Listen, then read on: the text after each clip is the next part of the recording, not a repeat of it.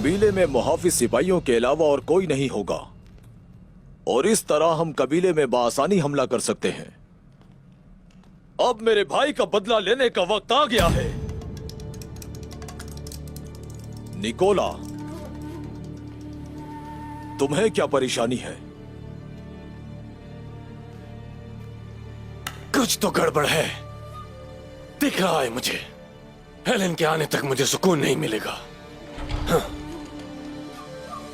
Helen,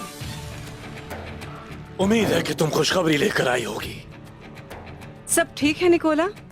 Malik ने दुंदार से क्या बात की थी? उन्होंने गजल के बारे में बात की थी।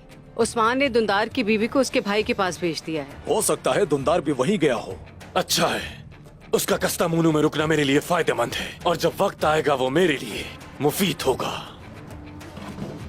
हेलेन, और वो सुरंगें, क्या वो जानते हैं सुरंगों का क्या करना है? मैंने उन्हें बताया है कि हमले के दिन क्या करना है। वो भी इतने ही बेचैन हैं जितने हम।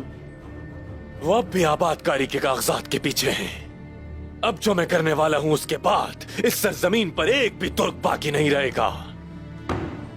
एक भी तुर्क नहीं।